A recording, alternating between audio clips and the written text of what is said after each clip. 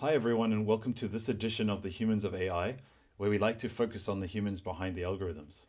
My name is Paul Conningham. I'm a director of the Data Science and AI Association of Australia, and also CEO of Core Intelligence Technologies. So this edition of the Humans of AI was recorded in Orlando, Florida at Microsoft's Ignite conference, super conference last year, and I was lucky enough to interview Damien Brady.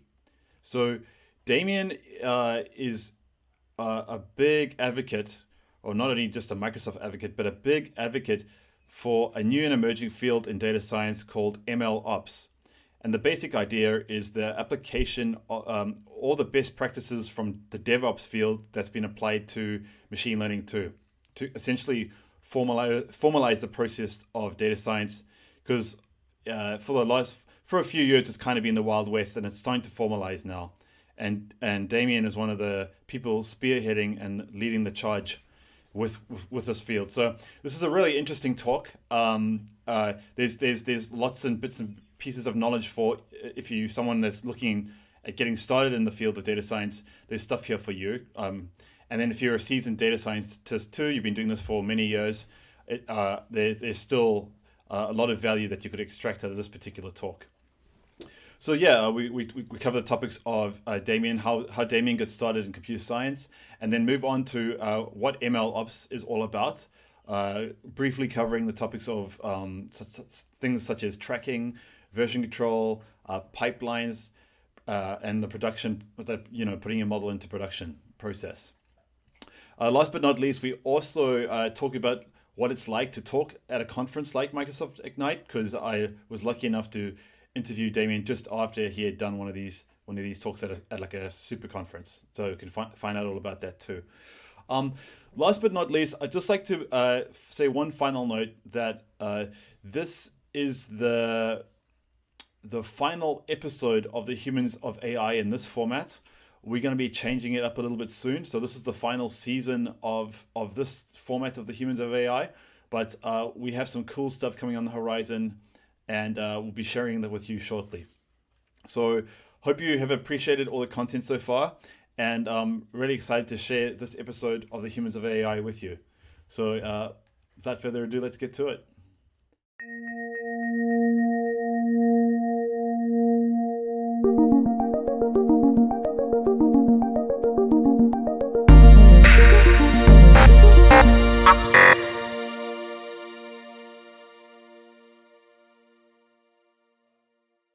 Damien Brady. Hi.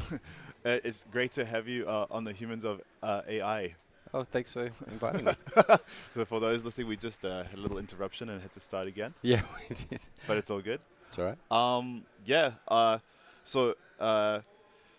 Would you like to introduce yourself? Yeah. So I'm Damian Brady. I am a cloud advocate for Microsoft. I've focused on DevOps for pretty much all of my career, but lately I've been looking at MLOps, or DevOps for machine learning, which has been an interesting journey learning all about this stuff that I didn't know before. Yeah, and it's definitely needed, as we'll talk about in a bit. Yeah, I think so. And for those listening as well, we are recording on the final day of Microsoft Ignite here in Orlando, Florida. Yeah. Yeah, it's been a wild ride, like literally. Yeah, it was literally. Literally. We had the Orlando Studios party last night, or the theme park with 27,000 people from the conference there. Yeah, it was really cool. Yep. Like two theme parks fused together as one. It was intense. There were still lines for the rides though. There's too many of us here. Yeah. Yep. So yeah, like I said before, this podcast is called The Humans of AI, and I'd love to hear your story. So if you would not mind telling it again. Yeah, of course. No problem. So starting back with your Amiga days. Yeah, so this was back when I was about 10, so just to date myself, around 1990. My dad kind of brought home, we had our first proper computer, which was an Amiga 500. And that was back when, it didn't have a hard drive, so everything booted off the floppy disk. And there were a couple of games, but one of the things that was popular then is these programming magazines where it would basically just be pages of code typed out, and you'd type it into your machine. So you do that in Amiga Basic. So this was like a basic I programming was going to language. ask what language it was. Yeah, Amiga Basic was my first programming language. Yeah. And so you type this all out. Ideally save it to another floppy disk because no hard drive. And then I kind of noticed that you'd make these little games like, you know, a little skiing man made out of ASCII characters that goes down a hill or something like that. And you could change values for variables in this code and it would change the way that the program behaved. And that was like a revelation to me. I've got this game that I can make these small changes to, and it completely changes how that game works. And it felt like this new world of, you know, I can do this stuff to change reality. It was a bit mind-blowing. So I kept doing that. That was my first introduction to programming. I kind of kept interested in that for quite a while, and all the way up to when I finished high school, I was kind of still doing it in the background. But I ended up going and doing... What languages were you using in high school? In high school, they were teaching us. I remember this was a little bit of a time ago. I think Turbo Pascal was the one that they used a lot. Yeah, I used Pascal. It was pretty good. It was. There was. I could never get to the level of one kid in my class who was just dropping back to assembly and writing assembly for all the video stuff. And I mean, he was the same age as me. He was in grade 10 at school. And he was writing assembler. So I never got to that point, but. Yeah, I was doing all that programming and it was fun. But I kind of, just the way that the school was set up and the teacher that I had, it didn't seem like a career that I'd be interested in. So I went and did music instead for a year, and then realized that I wasn't really going to be able to practice as much as everybody else, and it was going to be very difficult to make a career out of that as well. So I went back to university, started a generic science degree, did one computer science subject, and went, oh wait. So you started your degree in 98? From memory. Yeah, 98 it was.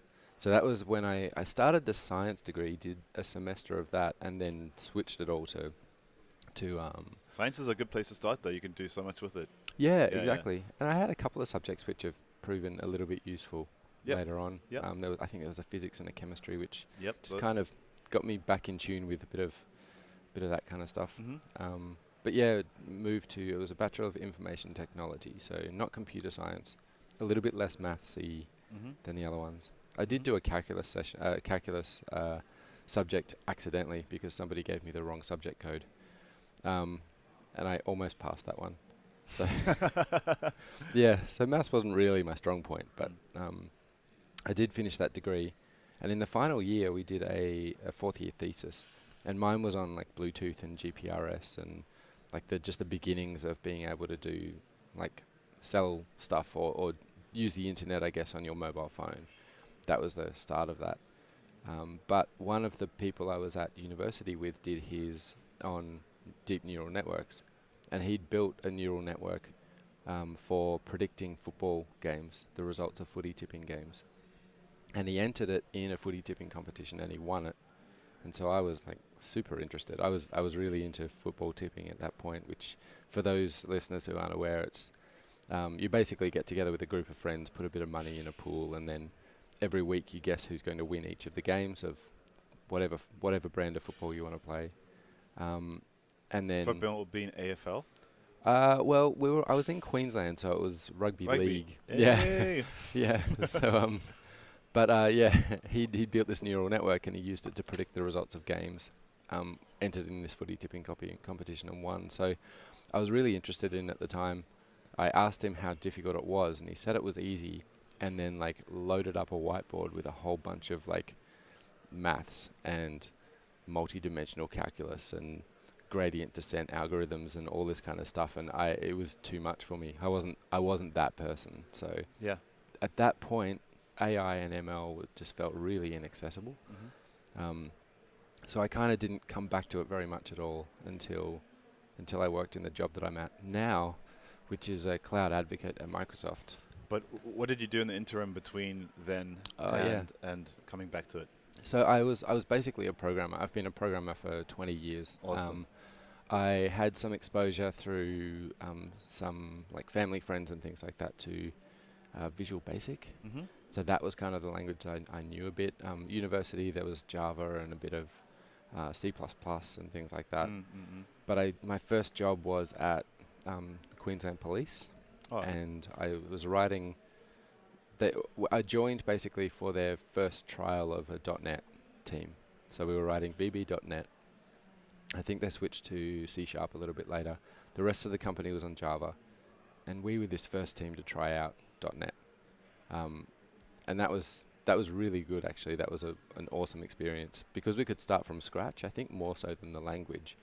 But because we could start our process from scratch, we were super productive compared to all the teams who were there already. And I think that convinced them to kind of go all in on .NET. Even though it wasn't really the language, it was just that we hadn't picked up all of the process craft that had been there for decades. Right. Yeah, so I was a programmer there and did C# and other .NET languages at different financial institutions and things like that. Got a little bit of exposure to what I now know was some pretty basic machine learning. Like wrote my own kind of Monte Carlo algorithm for determining like a comparison rate or something like that and I didn't know what it was called. I didn't know what I was doing. I was just writing that to solve the problem.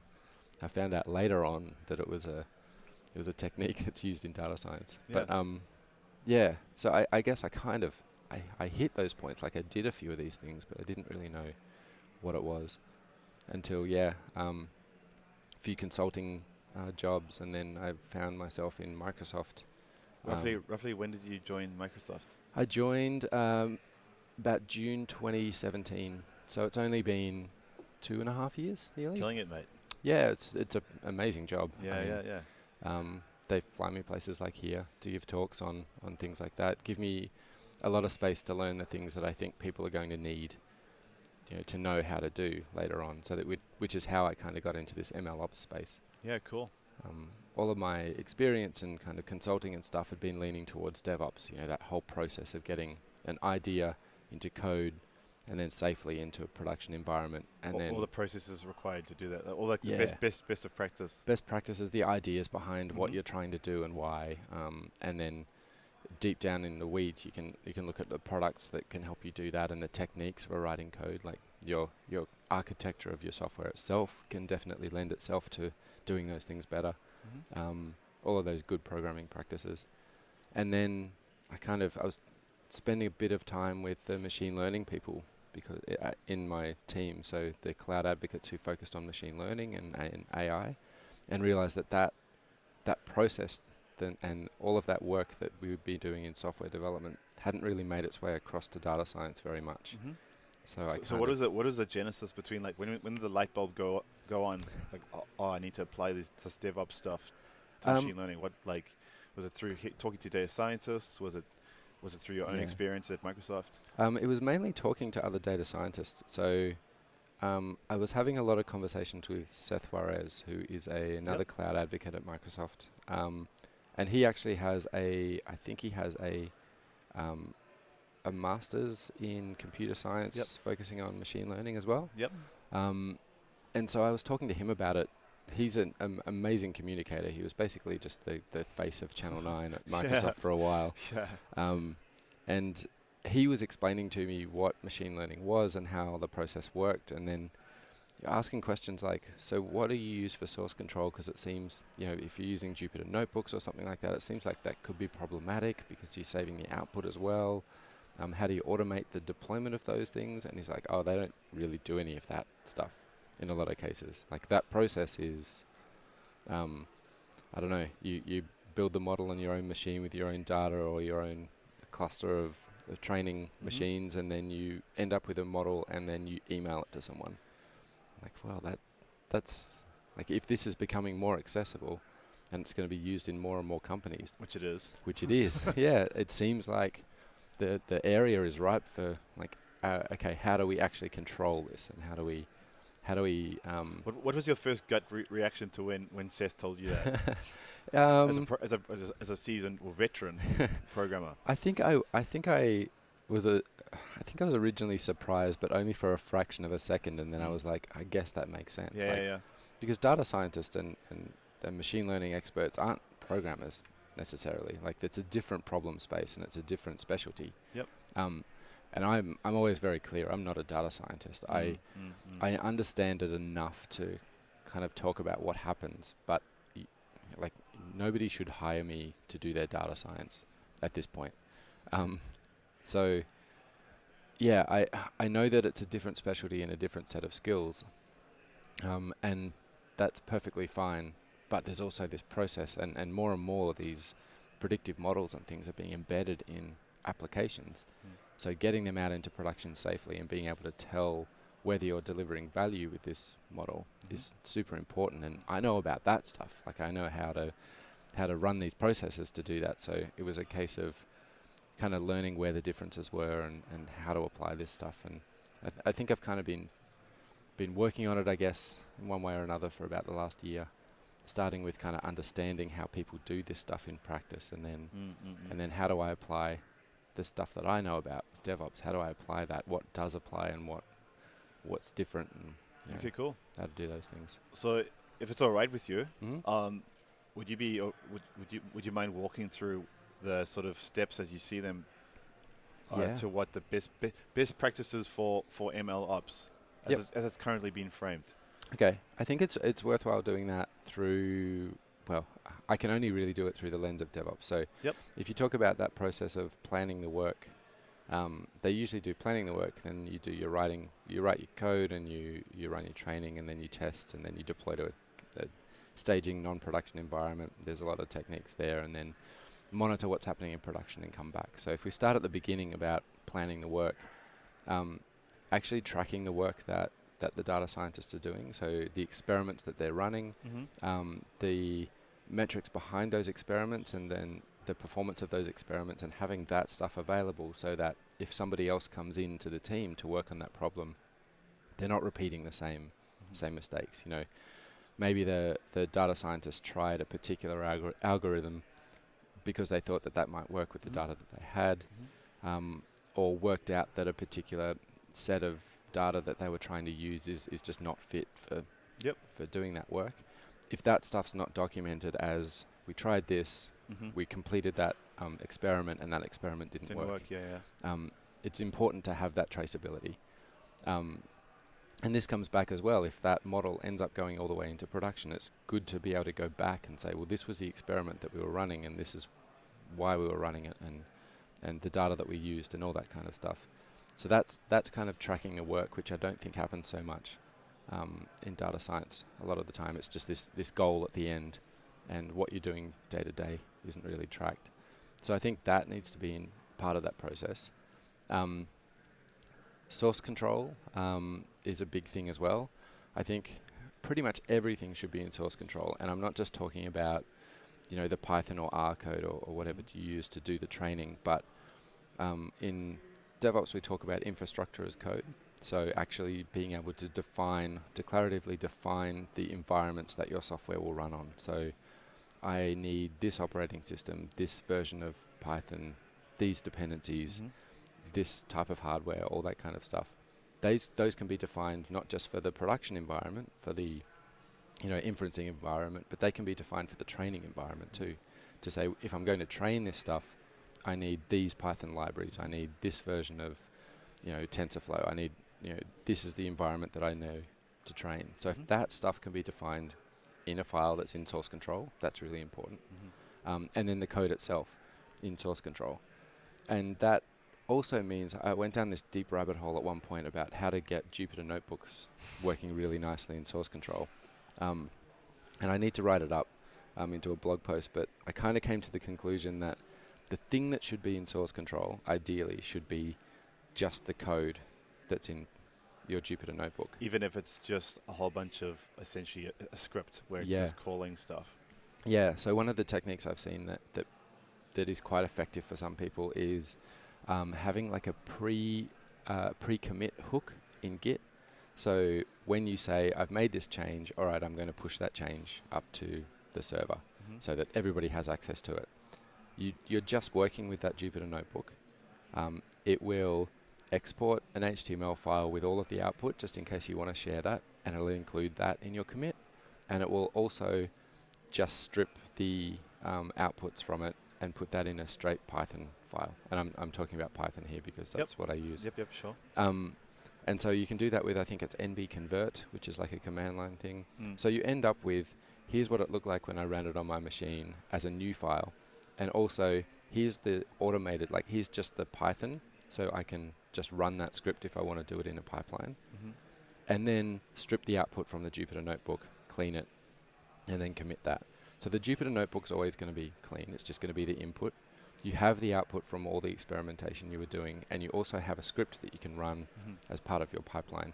And then all of that goes into source control. Okay, cool. Yeah. So we talked about tracking the work process. Is that through documentation? There's a lot of tools for kind of managing work items and stuff. The one that we have at Microsoft is called Azure Boards, and yeah, it lets you use all those techniques like Scrum and agile planning and things like that. But I kind of like the idea of just a Kanban board, like tasks or experiments that you want to try as to do, and then when you try an experiment, you drag that to the I'm doing this kind of column, and document what you've done in that task, and then to say, all right, I've done that one. Maybe mark it as this looks like a good path to go down, and this is a failure. It's really difficult, I think, at the start of a ML project to say, here's the list of 30 different experiments that I'm going to try. Like you work that out as you're going, right? Well, sure, you can keep like pushing and popping off the list of. Yeah, completely. Yeah. Or you may, try the second out of like 5 or 6 different experiments that you want to try, and realize that that is definitely the way to go. Let's iterate on that. Yeah. So, if you're only working down your list of things that you pre-prepared, that's not going to work. So, being very agile with that, but I think keeping that information is really important. So there's that tracking part, and yeah, Azure Boards is a good one. Even just like Trello or I don't know, even just a fairly basic to-do list is probably fine as well. Sure. So tracking your experiments. Yep. Then source control. Having everything in source control. Minus Jupyter Notebooks. Minus the Jupyter Notebooks output. Yep. Basically just something that you can run, because the next part is automated pipelines. Can I interject? Yes. Sorry. Yeah, go. Something else you mentioned in your talk yesterday was not keeping your data in source control. Yeah. Good point. Yeah, I did miss that one. So with software development, we kind of put everything in source control because it's usually just text files, right? It's just code. When Microsoft moved all of their software development teams over to Git, they were using Team Foundation version control before, which is like a server-based check-in, check-out kind of mechanism. When they moved the teams to Git, they had a problem with the Windows team, because the Windows code base is about 300 gig of code, and Git is not built to deal with 300 gig. So they were having problems like just doing a Git status, as in what stuff have I changed on my machine that might need to be committed to the server. That Git status command would take 14 minutes, for example, and you can't work if if you have to wait 15 minutes every time you try to do anything with your code. So they had to do a whole bunch of work to get that to work. But the lesson there was just that Git is set up, and source control is generally set up for code. It's set up for these smallish files that are text-based. It's not really set up for data, especially if you're dealing with potentially terabytes, petabytes of data for your training. So that stuff shouldn't be in source control. Like the existing implementations of source control, whether it be Git or Mercurial or whatever you want to use, they're not set up for handling data. But you still want to have, this known single source of truth for your data, for your training data, so that if I run an experiment, I'm running it on the same core data set, the same base data set as somebody else if they run their experiment. So having these data sets defined in a single location is pretty important, I think, to say this is the data set that we're using as our source, right, for our training experiments. And of course there might be a lot of data prep stuff that happens after that as part of your training, but this is the source of truth for where that data lives. I think we're starting to see some tools come out and some products come out that can deal with things like versioning data, because the explainability of where that model came from is also really important. Dependent on how the data's been transformed. Sure. Yeah, exactly. But being able to say, and there's been discussions as well in Europe around GDPR. There was a problem posed by somebody to say, look, if I am asked to remove somebody's personal information, but that personal information has been used to train a model, do I have to retrain that model? Because there is some element of that person's data in there. Am I required legally to go and retrain that model, removing that data? Whether or not the answer to that is yes or so no. that's a pending question right now. I think it depends on the company's risk profile and what their lawyers say. Really, I don't think it's very clear in the law. Interesting. From what I understand, but even if the answer could potentially be yes, if you don't know whether that data was used in the training of this model, maybe it was kicked out in a really early stage because it was an outlier or something like that. And so you can pretty safely say, look, there's nothing of that personal data in this model. You don't know that unless you have the ability to see what data contributed to the production of that model. So the explainability of how do we get to this model, even from the basic point of what data was included in the training set, that's really important. Potentially extremely important if you decide legally you're required to do this kind of stuff. Yep. At the very least, it can be very useful to say, this is the data that is useful to us. We need more of this kind of data. So there's a product in the Azure Machine Learning suite called AutoML, and you can run AutoML. It just does things like algorithm selection and hyperparameter tuning and all of that kind of stuff that was busy work before. It does a lot of that automatically in parallel, and actually uses a predictive model to determine which algorithms are likely to be more successful with the data that you have and the results that you have. So it'll work out all that stuff, but at the end of it, for some types of data sets, it can say, here's the model that performed the best, and that model actually used these features of your data much more than other ones. So you can have a look and say, oh, well, look, it looks like with our car price prediction model, it was using the location, or the whatever that is. It's using that very heavily. So maybe we can feature, yeah. Yeah, the location feature. So it was using that very heavily. So that's data that we care about. It was not using these features in our data set, so we probably don't need to worry about them so much. Even that kind of information is pretty useful.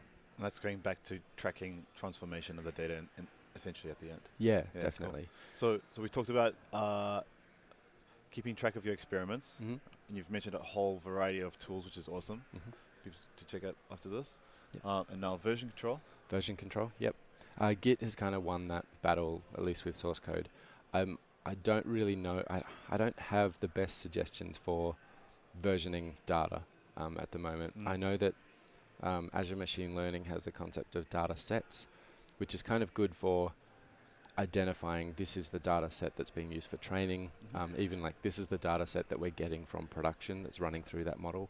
That's really handy, but the actual snapshotting of, this was the data at the time we trained is a bit of a data engineering problem, and I don't know any products that are silver bullets for that. I think a few are starting to claim, hey, we have the solution to this problem.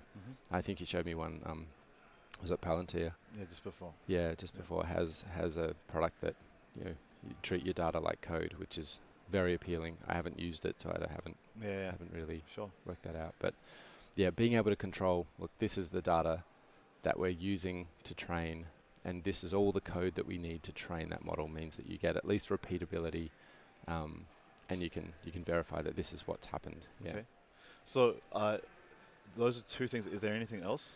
Yeah, so the biggest thing, I guess, with DevOps, there's two more things, and one is the pipeline, so your training pipeline, which is, because we've got everything in source control, it means that we can build a pipeline to automatically train your model. So whenever there's a certain amount of data, or whenever you want to retrain, or whenever your training code changes, you can kick off a pipeline which will just run your training code, potentially do things like spin up compute, because you don't want that sitting around if you're not using it. We're talking like bash scripts here, essentially?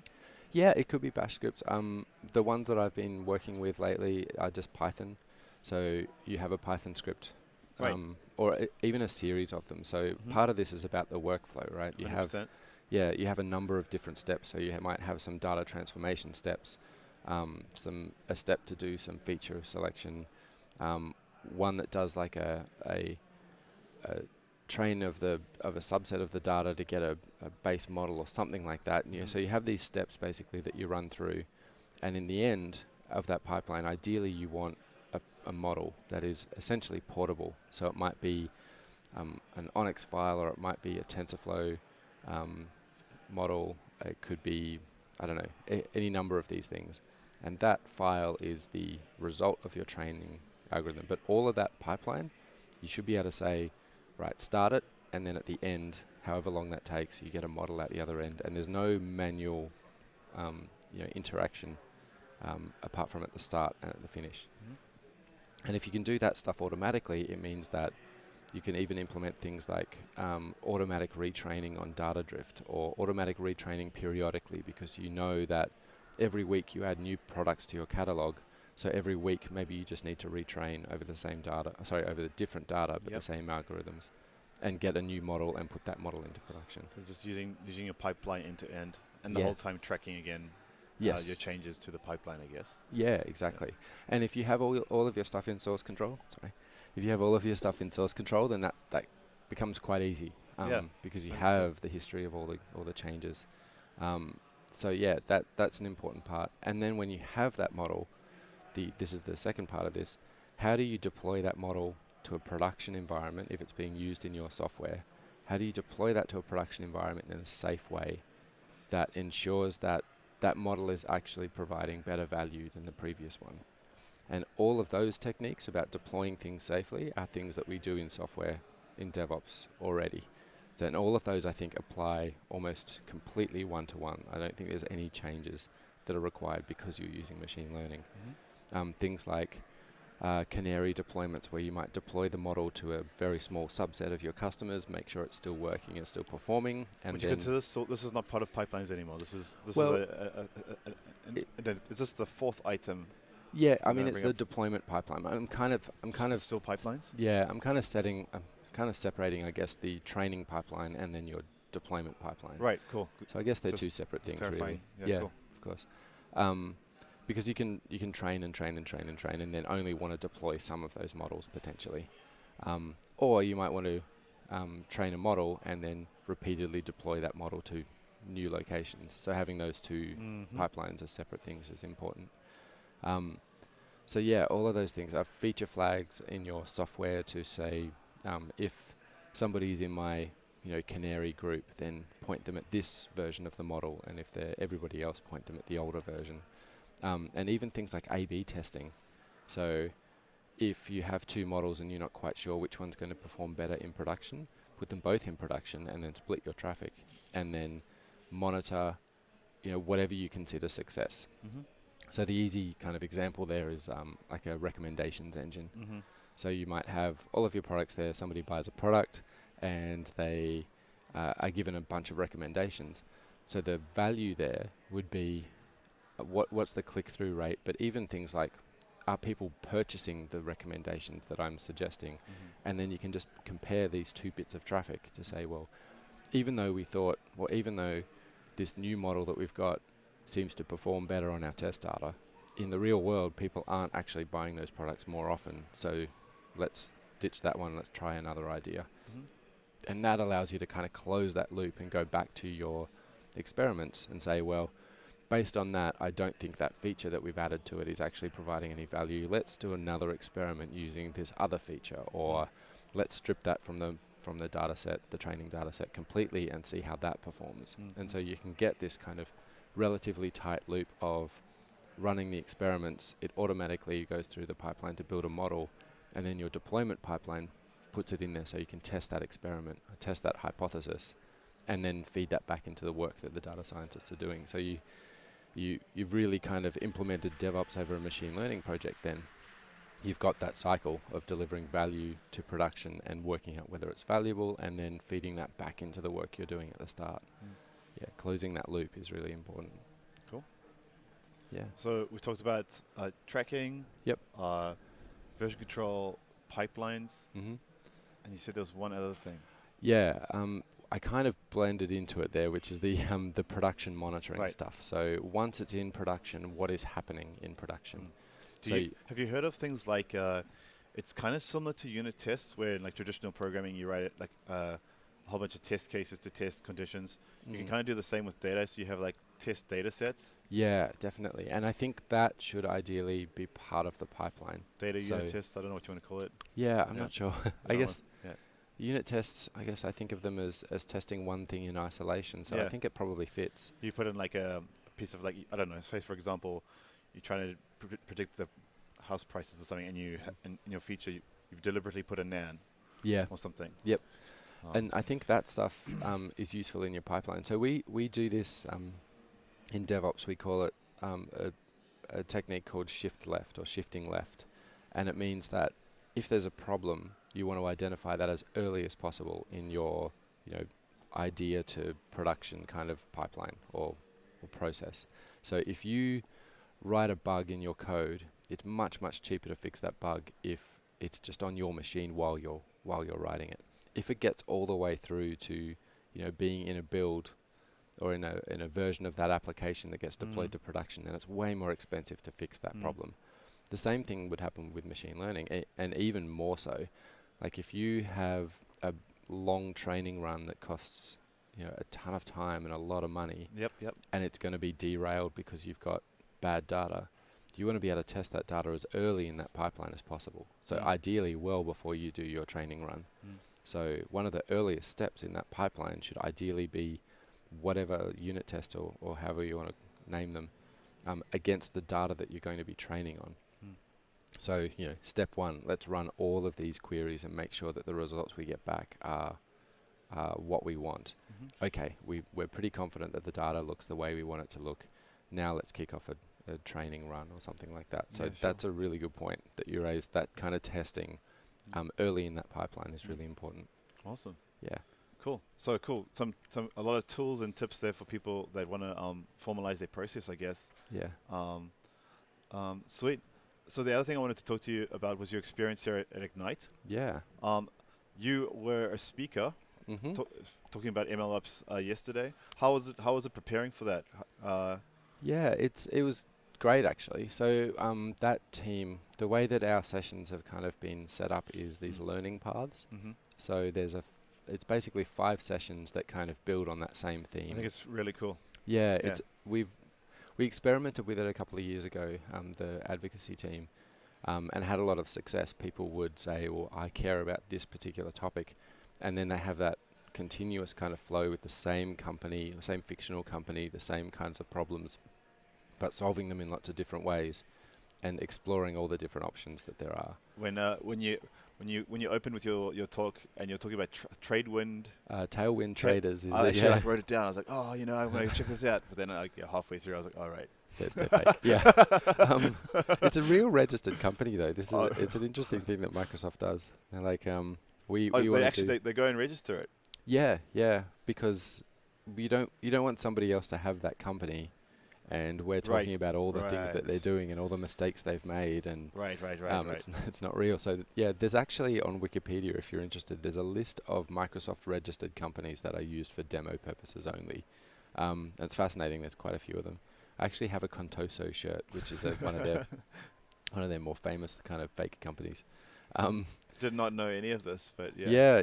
Look it up. It's fascinating. So Tailwind Traders is the kind of fictional company that we have, and so the first session in this AI ML track is about managing their data and the different options in Azure available, like in Microsoft's cloud, that are available for managing that data, and then we look at using the out-of-the-box kind of cognitive services, so you don't need to know any of the deep AI stuff. You can just use those APIs. I think there's a session on using Azure Machine Learning to do some of the basic things like using Azure Compute and using data sets and things like that. And then there's some best practices for using that. And then my session is at the end, which is the MLops stuff. So now you know all this stuff, how do you actually lock down that process. And for people listening, those are all recorded, right? So they'll be where can they find it? So all of the sessions from Ignite, or almost all of the sessions from Ignite this year, have been recorded. I can give you a link in the show notes. I just don't have it off the top of my head. So they're pretty much online immediately after the sessions too, and some of them were live streamed. But the other thing I'll mention is all of these learning paths, and there's the AI ML one. There's also ones on modern applications. There's ones on Azure fundamentals and things like that. I think there's about 6 or 7 of these learning paths.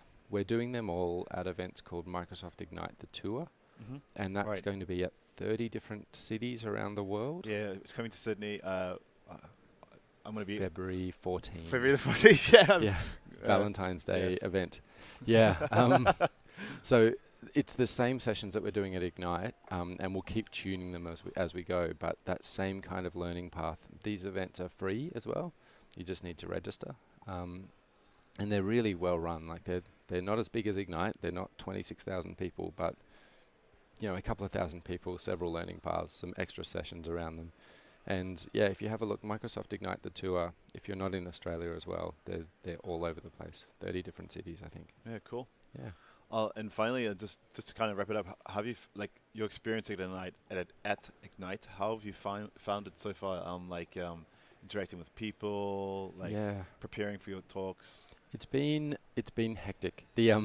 The room, I've been spending most of my time in the hub, which is where all the Microsoft showcase events. Where we are right now. Where we are right now. There's a podcast booth just over your shoulder. I can see 10 different screens that are live streaming sessions around the place.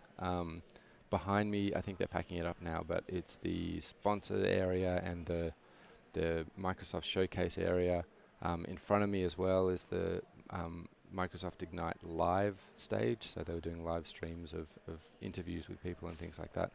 I mean, from end to end, it's got to be a kilometer in this hub. I know. I'm just the sheer scale of this and the organization that must have gone into it is next level. It's incredible. But the advantage of that is there's people everywhere, and so the number of conversations I've had from people who just want to come and ask a question or need some help with a process that they've got. And the best thing about this is that there's the product teams are here. So if somebody asks me a question about Azure Functions, I can point to somebody on the Azure Functions group, booth, or even somebody who's at this debug bar that I've been spending my time at. They wrote that thing. I know, it's crazy. Which is amazing. It's everybody you want to talk to at Microsoft, and just all of the customers and all of the community that you actually want to talk to as well, because we at Microsoft really want to know how people are using our stuff. We want to make it better, and we can't do that if we don't know. So having all these people around, the vibe is it's very intense. There's a lot of people here. It's a tiring week, but it's super valuable. 100%. Yeah. Well, Damien, I think that's a good place to call it. It's been a pleasure, and thank you very much for coming on the podcast, mate. Yeah, of course. Thank you for having me. Cheers, mate. Cheers.